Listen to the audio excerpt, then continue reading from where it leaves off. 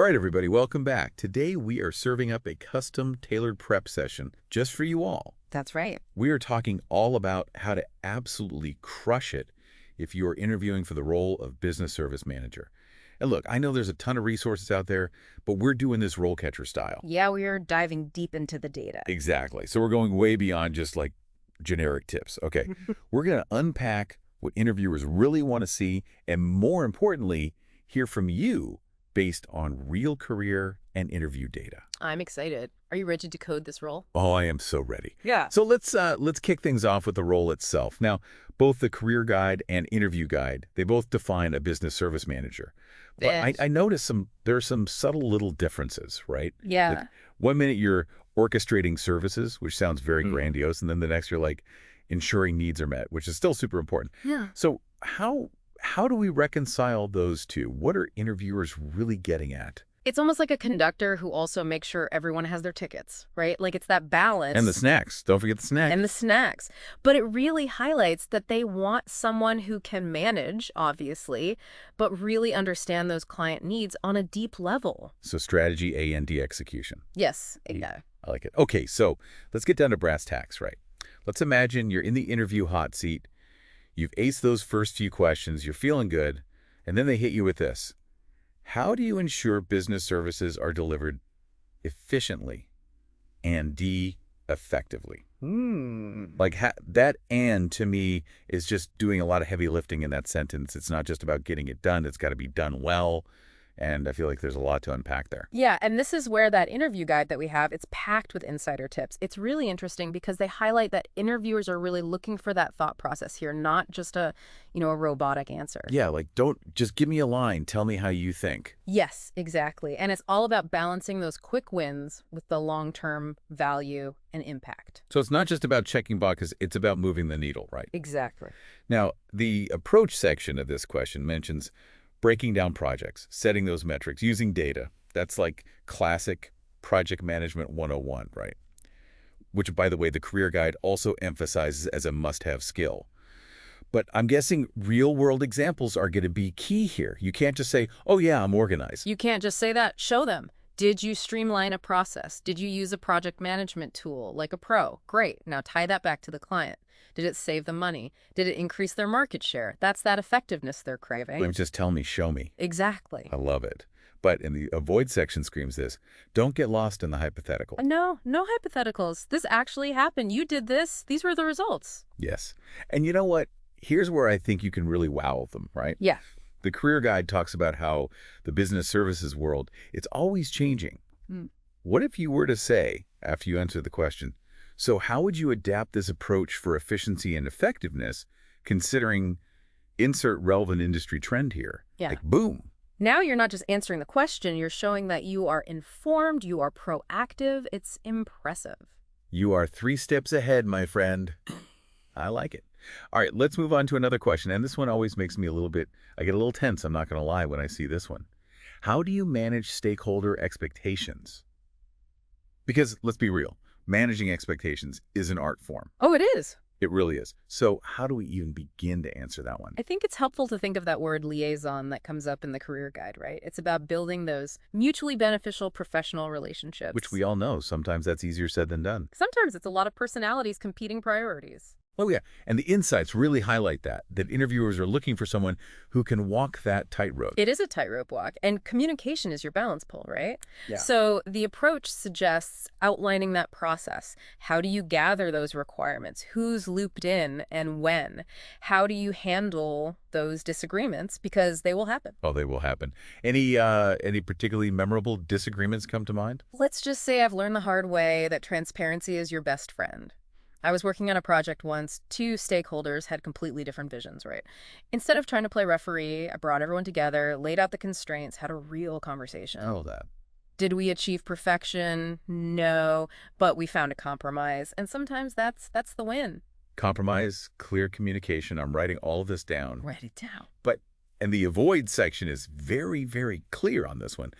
Don't overpromise and underdeliver. No, you lose trust so fast that way. And to add another layer, think about tailoring this answer to different career stages, right? If you're a junior business service manager, maybe you're focusing on keeping your manager in the loop. But senior level, you could be managing expectations across multiple departments, external clients even. Which the career guide, it actually says that takes serious leadership, strategic thinking. Yeah, for sure. You're not just, keeping the trains running on time. You were designing the train schedule at that point. Exactly. Okay. Let's tackle another classic question. This is one that I think a lot of people get tripped up on. How do you manage a team of professionals? What's the secret sauce for this particular role? Because we're talking about business service management specifically. And it is a nuanced role. I think here they want to see leadership, obviously, but also that you can empower your team while keeping everyone aligned. It's that balance again. It's always that balance. It always comes back to balance. And the approach section, they suggest highlighting your delegation skills. Like, can you set clear expectations? Can you provide support? Yeah. But also, can you foster a collaborative environment? And can you read the room? Oh, yes. Every room is different. Because you got to be the coach, the cheerleader, and sometimes the captain. Yes. All at the same time. All at the same time. So how do you even begin to convey all of that in a job interview? Well, think about specific examples where you've motivated your team to achieve a shared goal. And here's the key. Make sure those examples align with what a business service manager does, which we know from the career guide. Meeting client needs, managing service delivery, negotiating contracts. Those are your greatest hits. Yes. And speaking of motivation, the career guide, they actually highlight the importance of recognizing and rewarding performance. Yes. It's not just about, cracking the whip. You got to celebrate the wins along the way. But this is a big avoid. And I've definitely been guilty of this in the past. You can't be that boss who hoards all the credit. Right. Good leadership is about empowering, not micromanaging. And this is a little sneaky tip, but this is where you can link back to that stakeholder expectation question. How do you make sure your team's efforts are aligning with those broader goals? Ooh, now you're connecting the dots. Exactly. You're showing them you understand the big picture. But how do you actually prove all of this in an interview? Like, how do you actually show them, not just tell them? That's where RoleCatcher swoops in with its AI superpowers. Remember how the career guide stresses showcasing your capabilities? Like maybe a portfolio? Yes.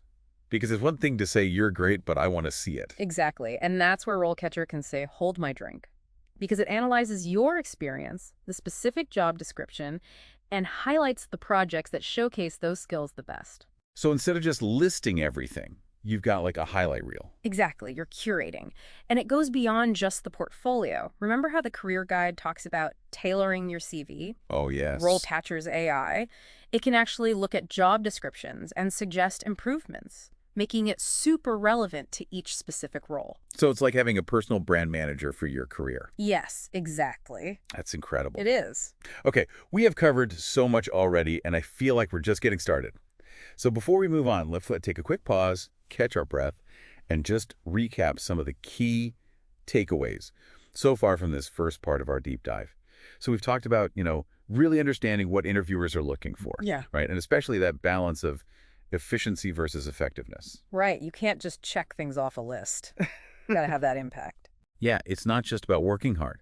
It's about working smart and showing them that you do that. And we can't forget those soft skills, right? Because I feel like those can really make or break you in a role like this.